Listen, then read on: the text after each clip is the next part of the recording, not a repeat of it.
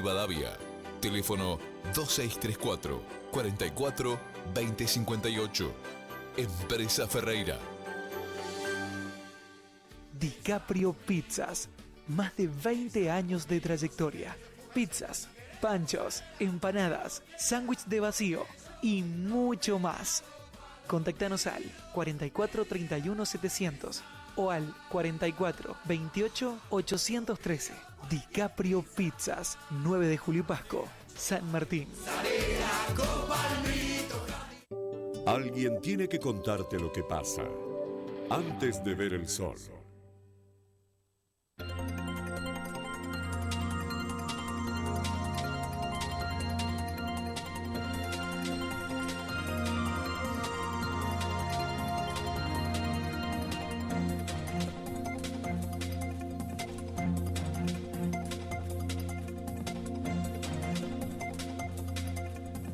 El próximo domingo es feriado en la República Argentina por recordarse el paso a la inmortalidad del general Don José de San Martín.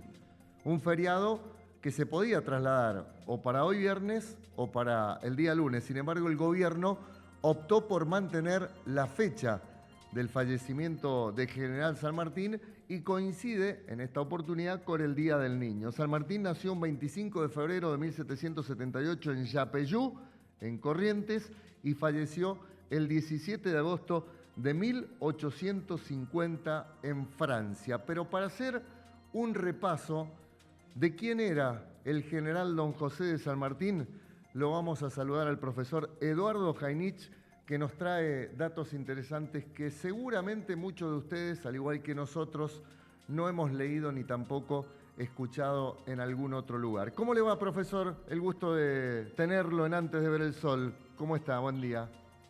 Muy buenos días para vos, para toda la audiencia, para toda esta gente que te sigue en Antes de ver el sol.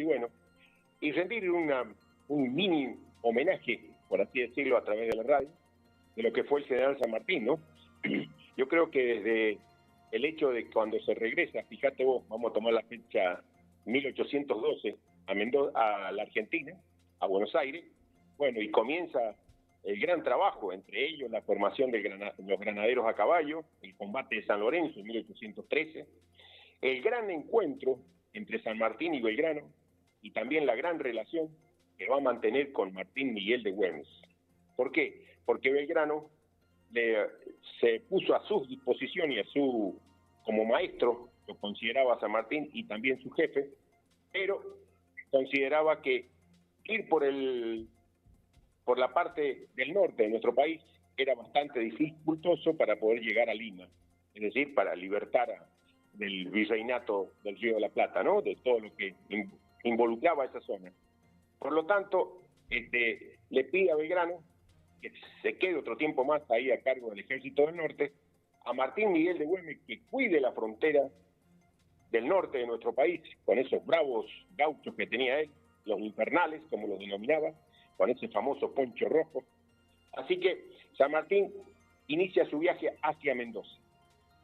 El 10 de agosto de 1814, el gobierno desempeñado por Gervasio Antonio Posadas nombra a San Martín gobernador intendente de Cuyo, 1814, fíjate vos, y comienza esa gran etapa del general San Martín, que llega con su señora, que había casado hacía poco tiempo, y comienza la preparación del Ejército de los Andes. Acá en la preparación del Ejército de los Andes vamos a hacer algo que he estado recolectando y consiguiendo a través de don Félix Luna, uno de los más grandes historiadores de la República Argentina, junto con el iniciador de todo lo que fue la historia de San Martín a través de Mitre, ¿no? Y en una carta que le dirige a Tomás Guido el 14 de junio de 1816, San Martín le dice: lo que no me deja dormir no es la oposición que puedan hacerme los enemigos, sino el atravesar estos inmensos montes. Y realmente era muy justo lo que decía, porque el hecho de atravesar la cordillera de los Andes no ha habido parangón en la historia, porque algunas han tratado de decir que las campañas de Napoleón, pero nada que ver, porque empezando los Alpes tienen mucho menor altura. En cambio acá San Martín, para poder llegar hasta Chile, tenía que atravesar 4 cordones montañosos que oscilaban su altura entre los 4.000 y los 6.000 metros para poder llegar a Chile. Fíjate vos, 4.000 a 6.000 metros. No habían caminos y había que hacer toda una estrategia desde el punto de vista de los caminos.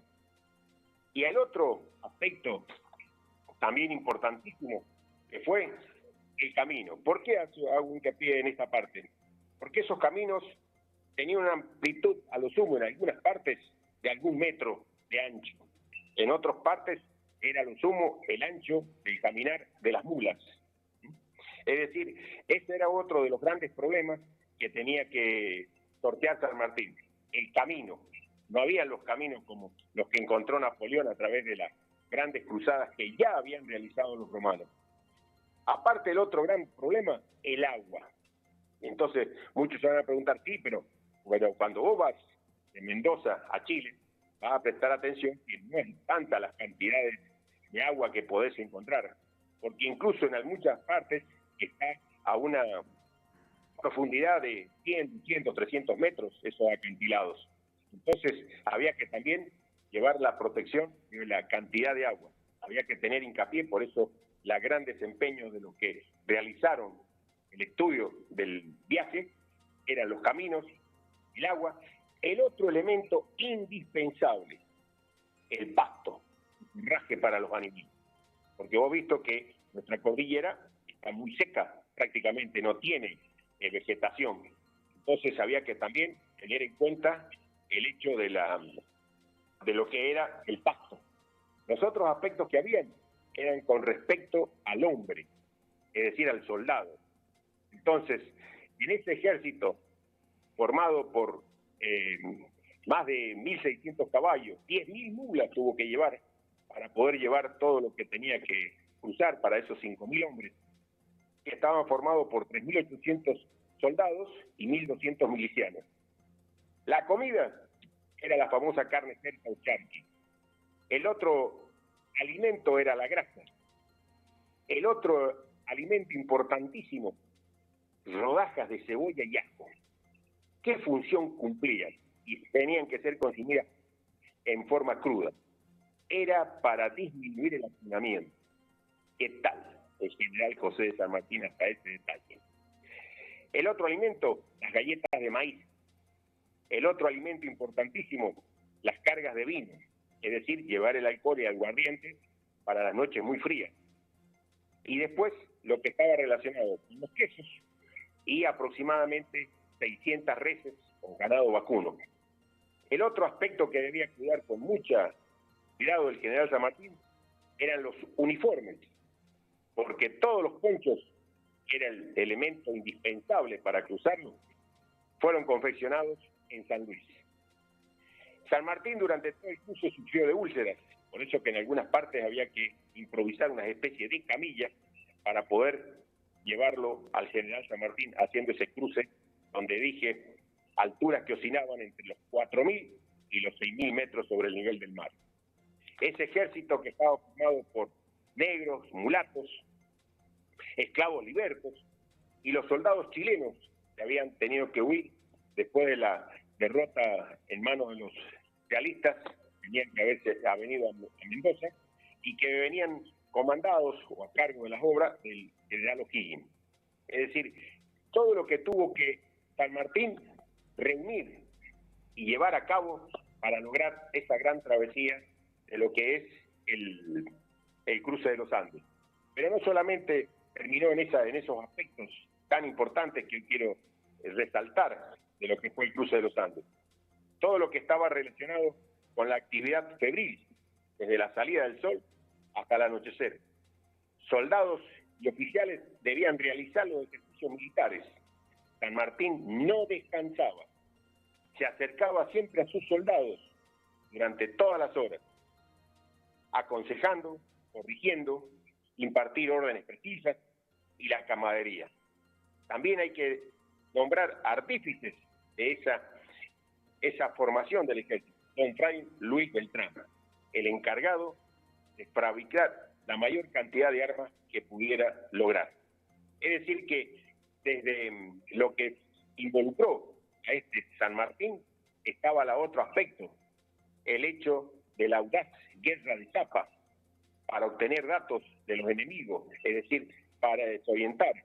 Y bueno, ahí la gran relación que va a tener con los aborígenes que se encontraban al sur del fuerte de San Carlos.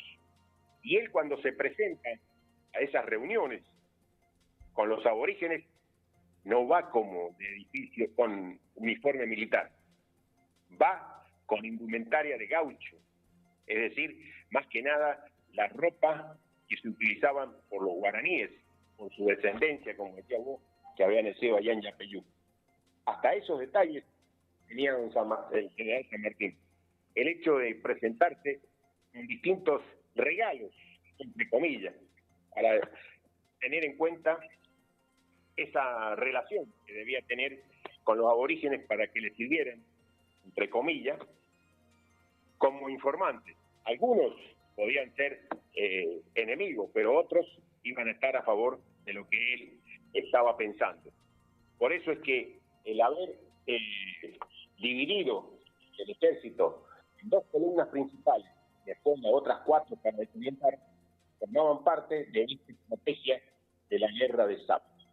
Es decir, que San Martín pensó en todos los detalles y todo lo que él fue relacionando con ese cruce, lo tuvo que ir imaginando y teniendo en cuenta esa gran experiencia que tenía de Europa, pero que todo estaba circunscrito a la altura de esta cordillera de los Andes. El otro hecho para destacar de San Martín fue que él diseñó la bandera del ejército de los Andes.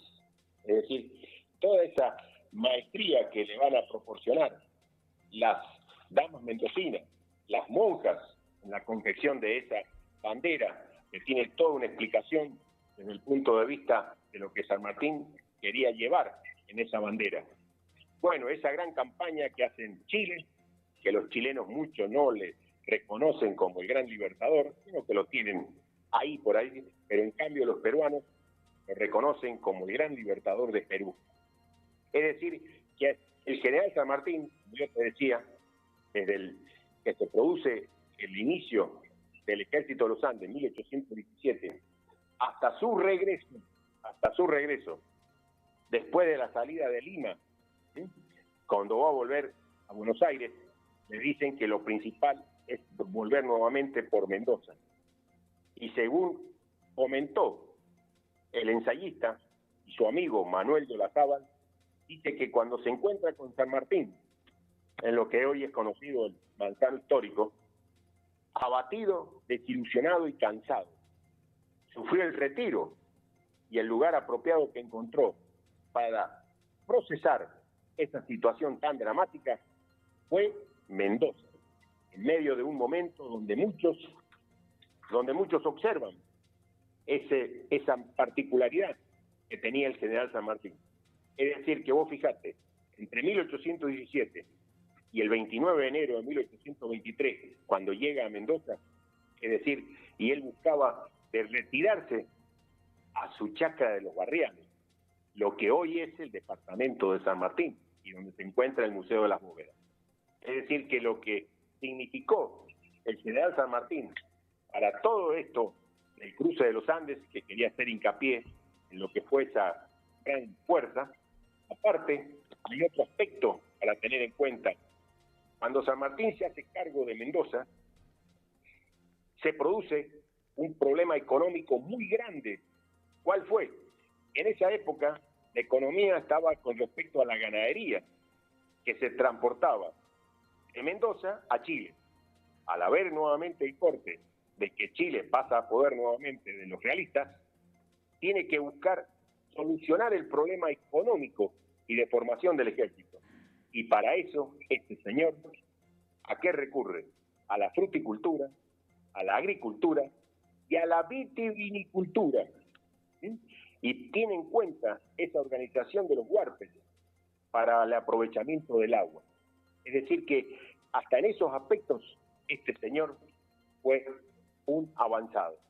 Y he dejado para el final dos aspectos del general San Martín.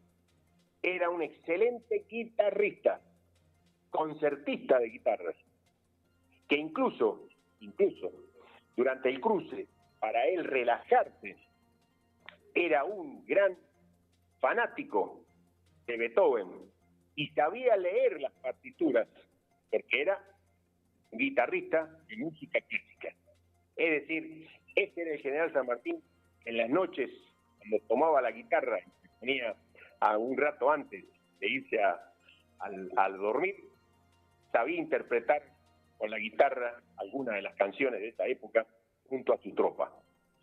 Y el otro aspecto para resaltar esta identidad que tenía San Martín con Mendoza, fíjate vos, el principal alimento y el que más les gustaba a él era el dulce de membrillo, acompañado de un buen vino, de esos que llegó él a producir, incluso en Mendoza. Es decir, qué identidad tenía San Martín con la provincia de Mendoza, donde su principal alimento, que incluso llevó en su ostracismo y en ese periplo europeo, trataba de algunas oportunidades conseguir su dulce de membrillo. General José de San Martín. Bueno, uno de los aspectos para hoy tener en cuenta fue ese enemigo, entre comillas, que tuvo en la Argentina, que fue don Bernardino Rivadavia, que es el que le suspende todos los sueldos y la deuda que tenía la nación durante su campaña libertadora. Bernardino Rivadavia no solamente prohíbe y no le manda el dinero a Europa, porque él no, cuando él lo piden que regrese a Buenos Aires, él dice que su sable corvo no va a ser destinado para problemas entre unitarios y federales. Entonces, este señor, general José de San Martín, va a tener muy en cuenta ese sable corvo, que es cuando se lo va a destinar a Rosas, cuando se produce la soberanía, el Día de la Soberanía Nacional, es decir, en esa famosa vuelta de obligado. Por eso es que en San Martín debemos tener en cuenta esos aspectos y ese ostracismo que debió llevar, que fue en los primeros años ayudado. El que él, por ejemplo, cuando se va de acá, llega primero, pasa unos años en Bruselas, después de ahí va a pasar un tiempito en Inglaterra, pero vuelve nuevamente a Francia, bueno, y ahí le comienzan a hacer un gran amigo y un gran aliado económico, es don Alejandro Aguados, hasta que le comienzan nuevamente a reintegrar el dinero con Rosas. Es decir, que esas fueron las vicisitudes que tuvo que llevar el general San Martín. Y para el final, ahí en Granburg, cerca ahí del departamento que él alquila al final de sus últimos 2 años de vida, los franceses, antes de la Segunda Guerra Mundial, habían construido un monumento que existe y está ahí en Francia, cerca de ese departamento, en Boulogne-sur-Mer. Esa estatua de San Martín montado a caballo y marcando hacia el oeste, por lo que la insignia del hecho de él, de todos sus monumentos dirigidos hacia la cordillera de los Andes, por eso hacia el oeste. Y bueno, ¿qué significado tuvo? Que todo prácticamente alrededor de ese monumento fue destruido. Pero a la estatua, algunas que otras esquirlas de bombas fueron las que sufrió. Por eso es que es tenido tan en cuenta en Europa, en Norteamérica y en el mundo entero, este señor José de San Martín. Y para el final, fíjate vos que las grandes academias militares del mundo, siguen estudiando hoy día la gran campaña del Ejército de los Andes, el combate de San Lorenzo, por esa gran estrategia que él utilizó para ganarle a un ejército realista que lo triplicaba en número. Así que hoy West Point en los Estados Unidos, Francia, Alemania, Inglaterra, se ha estudiado el cruce de los Andes. Y entre algunas de las maravillas que te puedo decir para el final, es que la marcha de San Lorenzo se interpreta en muchos países del mundo. Hasta que ocurre la guerra de Malvinas de 1982, el Palacio de Buckingham, entre las marchas que hacía cuando el cambio de guardia, ejecutaban la marcha de San Lorenzo. Cuando De Gaulle logra, junto con los aliados, nuevamente recuperar Francia, ingresa al Arco de Triunfo ejecutando la marcha de San Lorenzo. Hay distintas interpretaciones y en distintos lugares del mundo. Eso fue lo que dejó este señor, que hoy se ha estudiado por su gran estrategia y su gran organización del Ejército de los Andes. Es lo que tenemos que resaltar nosotros por todo lo que dejó. Ese sable corvo, que tenía todo un sentido. Ese sable, ¿cuál era? Es de origen persa. Es corvo porque es el que se utilizaba para degüello. ¿Por qué? Porque él venía con la función de crear un ejército de caballería. Todo lo que había acá era de infantería. Entonces, con ese sable era el que el granadero podía utilizarlo en las cargas contra el enemigo. General José de San Martín. Muchas gracias, un gran saludo y que tengamos los argentinos estudiarlo un poco más a este gran prócer, junto con esos dos grandes estrategas de esa época, Manuel Belgrano y Martín Miguel de Güell. Todo dicho, profe. Le mando un abrazo grande y lo felicita su colega y compañero de los sábados en el programa Acelerando, el doctor Nano Tolosa. Bueno, muchas gracias.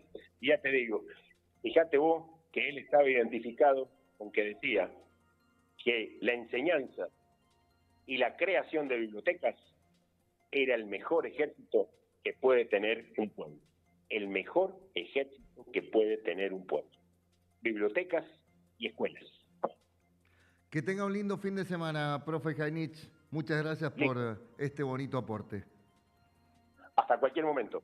Hasta cualquier momento. El profesor Eduardo Jainich haciendo un repaso de parte de la historia de quién fue el general José de San Martín.